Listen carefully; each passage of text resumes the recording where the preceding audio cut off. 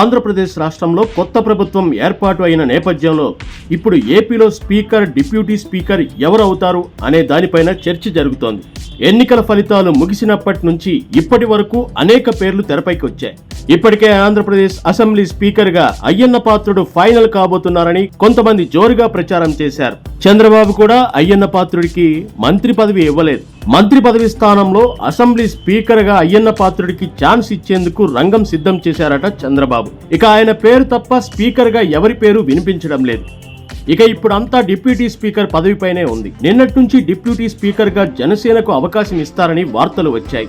ఇందులో భాగంగానే Kakinada rural MLA పంతం నానాజీ లేదా నెల్లిమర్ల ఎమ్మెల్యే లోకం మాధవికి ఇస్తారని జోరుగా ప్రచారం అయితే సాగుతోంది.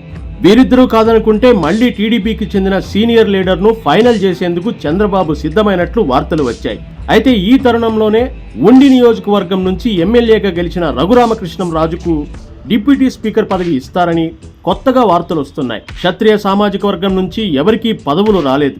ఈ తరుణంలోనే రఘురామకృష్ణంరాజుకు డిప్యూటీ స్పీకర్ పదవి కట్టబెడతారని వార్తలు వస్తున్నాయి. ఒకవేళ రఘురామకృష్ణంరాజుకు ఆ పదవి రాకపోతే తిరుమల తిరుపతి దేవస్థానం చైర్మన్ పదవి రఘురామకు ఇచ్చేందుకు చంద్రబాబు డిసైడ్ అయ్యారట.